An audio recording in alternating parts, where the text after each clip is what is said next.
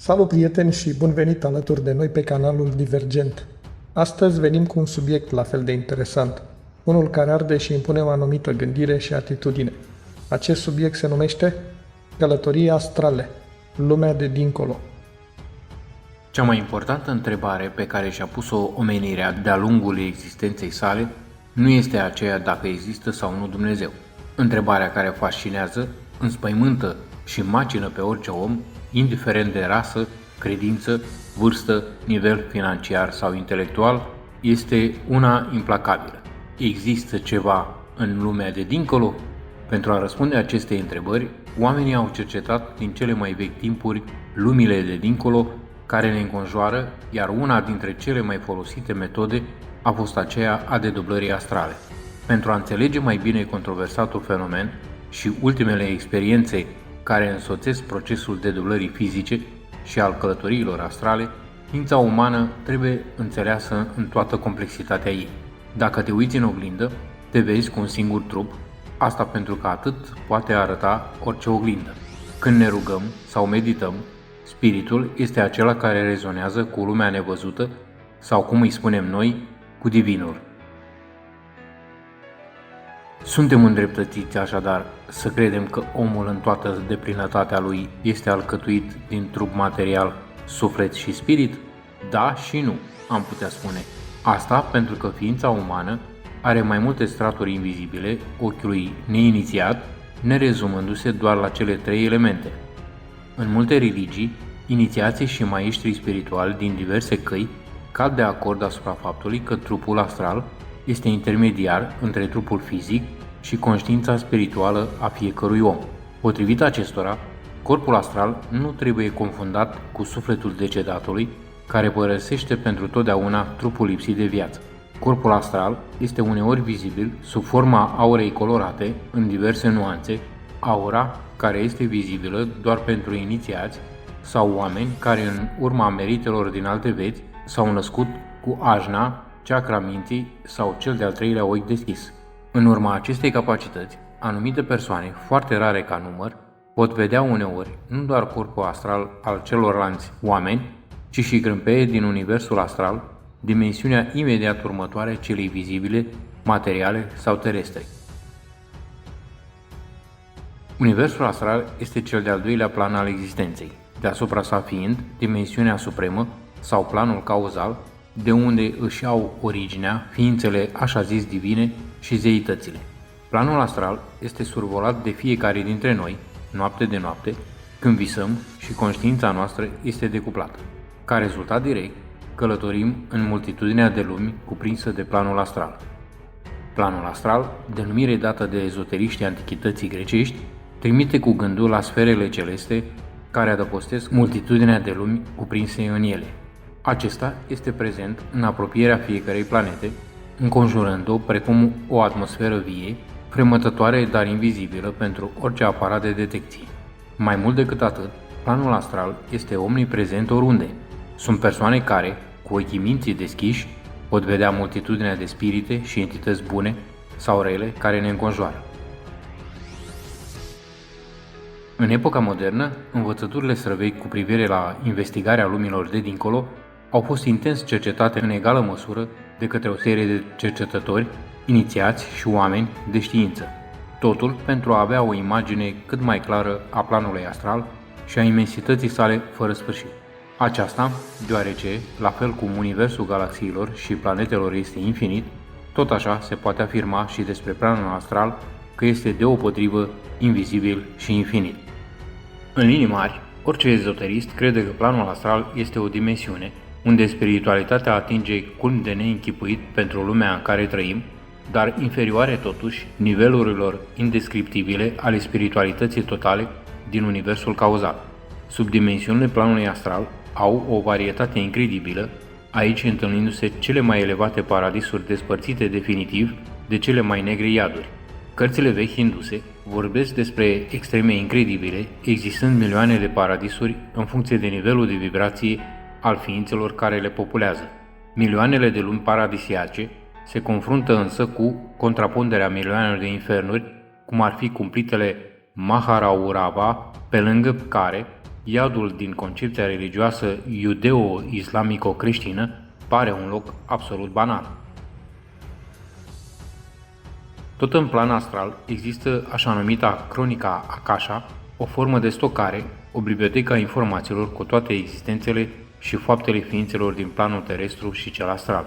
În creștinism, aceasta este cunoscută sub numele de Cartea Faptelor fiecărui om. Cronica Akasha servește ca bază de informații și punct de reper despre nivelul de evoluție sau involuție al fiecărui spirit. Mesmeriștii, primei jumătăți a secolului al XIX-lea, menționau deseori cazuri de clarviziune călătoare. Aceștia o făceau într-un sens incomplet și nelămurit, neavând cunoașterea pe care o avem noi astăzi. Ei rugau un subiect hipnotizat să viziteze o altă încăpere în aceeași clădire sau o casă din alt oraș pentru a o descrie în detaliu. Odată cu crearea Societății pentru Cercetări Metafizice, în preajma anilor 1880, a fost o perioadă intensă de experimente febrile, în cadrul cărora sute de cercetători metafizici, mulți amatori sau șalatani printre ei, care au încercat să călătorească prin intermediul corpului astral pentru a-și vizita rude decetate sau mari personalități din istorie. Așa a intrat omenirea în contact cu ceea ce astăzi se cunoaște a fi dedublarea astrală, momentul în care conștiința părăsește la comandă corpul fizic pentru a călători mai apoi prin multitudinea de uși sau nivele din lumele planului astral. Orice fel de inițiat, provenit din orice cale spirituală autentică, avertizează împotriva riscurilor mari la care se supune un neofit în momentul în care se lansează în prima sa experiență de dedublare conștientă. Există, bineînțeles, și excepții reprezentate de persoane care se nasc cu această capacitate și cărora dedublarea li se pare un act fluent și natural. S-a constatat că femeile au aptitudini mai pronunțate pentru călătoriile astrale, fapt pus pe seama naturii femininii yin, receptivă prin definiție la aceste lucruri. Dalai Lama spunea: Conștiința poate fi instruită pentru a părăsi corpul fizic. În 1992, un sondaj Gallup Poll a sugerat că până la 5% din americani au experimentat cel puțin o formă de proiecție astrală. Sondajul de mai sus este însă doar vârful icebergului comparativ cu ceea ce mulți oameni au raportat că se confruntă. Astăzi, nenumărați oameni din întreaga lume sunt capabili de a utiliza acest fenomen pentru o varietate de scopuri. Unii spun că le dă claritate spirituală, alții îl folosesc pentru a-și spori intuiția lor, unii pentru a obține o înțelegere mai profundă a vieții și a morții, precum și a circumstanțelor din jurul lor, iar unii chiar pentru a-și proiecta conștiința în orice locație din lume. Unele dintre cele mai documentate experiențe extracorporale din perioada modernă, întinse pe zeci de ani, sunt cele ale lui Robert Monroe, William Bullman sau Iram. Eliphas Levi a fost și el un pasionat al ocultelor, ce s-a arătat impresionat în prima instanță de fenomenele astrale, el fiind mai târziu acompaniat de mai multe mișcări ezoterice din vest. Se credea în trecut că același plan dintre lumi era populat cu îngeri, demoni și spirite de tot felul. Aceste corpuri astrale, împreună cu câmpurile lor de existență, formează cea mai importantă parte a sistemului de informații ce cuprind fenomenele astrale și ezoterismul. De cele mai multe ori, aceste câmpuri astrale și corpurile adiacente sunt înfățișate în mijloace media ca niște cercuri concentrice sau sfere în care câte un corp trece. Proiecția astrală apare sub diverse forme și în Biblie, susțin unii specialiști și analiști ai acesteia. Cei mai înverșunați cred că ființa astrală este legată de corpul uman printr-o legătură psihică, un cordon de argint. Mulți au fost și cei care s-au opus acestei teorii, susținând că ce este scris în Biblie trebuie luat literal și nu văzut ca o metaforă. În Coran este descrisă o călătorie astrală a lui Mohamed prin Ierusalim și mai apoi prin cele 5 raiuri, călătorie în care corpul său rămăsese pe loc și doar sufletul călătorea. Aceasta este o călătorie considerată experiență în afara corpului, prin medii înconjurătoare non-fizice. În exercițiile taoiste specifice chinezilor, există și crearea unui câmp de energie posibil a fi produs prin meditații, în care se face uz de respirație, astfel strângându-se energie într-o sferă circulară. Legenda lui Xianji Spune că un călător era însărcinat cu baterea gongului, însă a adormit. Spiritul său s-a desprins de corp și a tras gongul, făcându-i pe cei ce erau prezenți să se uimească de faptul că erau doi oameni ce arătau identic în camere diferite, iar când cel adormit s-a trezit, cele două ființe similare s-au contopit într-una singură. În Japonia, Ikiryo este numele unei manifestări a sufletului care se separă de corpul omului în viață.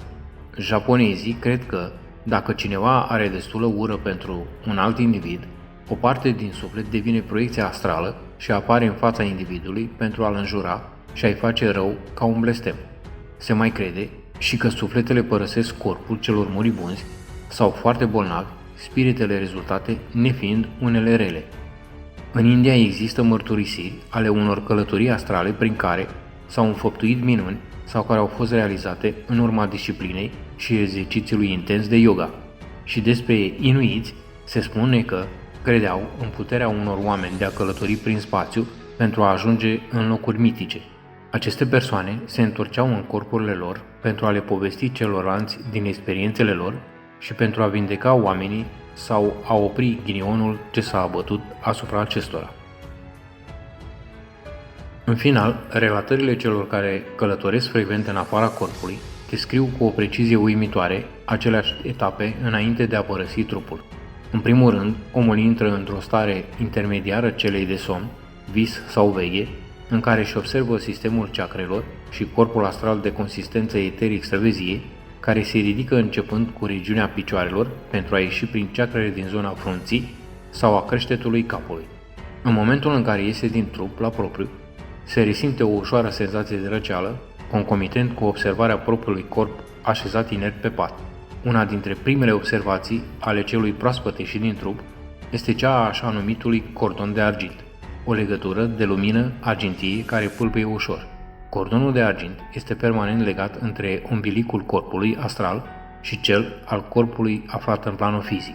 Dacă cordonul de argint este rupt, conștiința nu se mai poate întoarce niciodată în trup. Trup care rămâne în stare de comă, spiritul nesăbuitului călător astral rămânând prins între lumi, cum se zice popular. Concluzie. Majoritatea acelora care susțin că experiențele din afara corpului sunt doar niște anecdote sunt oameni de știință sau matematicieni cu gândire practică, în timp ce aceia care cred în aceste lucruri sunt mai visători. Tocmai de aceea, cei dintâi considera călătoriile astrale a fi niște iluzii provocate de credințele umane, neuroanatomie, imaginație și dorința de a explica și a înțelege ceea ce li s-a întâmplat unora. Posibilitatea de a explora dincolo de simțurile fizice îți face experiențe de prima mână. Vei putea merge dincolo de limitările corpului tău fizic și vei afla răspunsurile la toate întrebările care te frământă. Singura limită care există între tine și acest lucru ești tu. Pe de altă parte, sunt și multe beneficii din acest lucru. Acestea sunt o stare generală de bine, scăderea nivelului de ostilitate pe care îl manifesti, creșterea abilităților paranormale, dezvoltare personală accelerată, depășirea și vindecarea traumelor, calm interior, creșterea nevoii de informații, creșterea respectului pentru viață, poți întâlni persoane dragi care nu mai sunt în planul fizic, creșterea inteligenței și a memoriei, a amintirilor, vizitarea altor planuri, înțelepciune, spiritualitate și vindecare.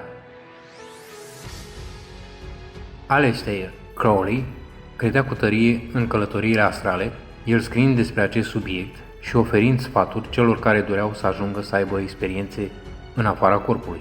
El încuraja vizualizarea și respirația controlată, pregătiri ce duceau la transferul conștiinței într-un nou corp mental.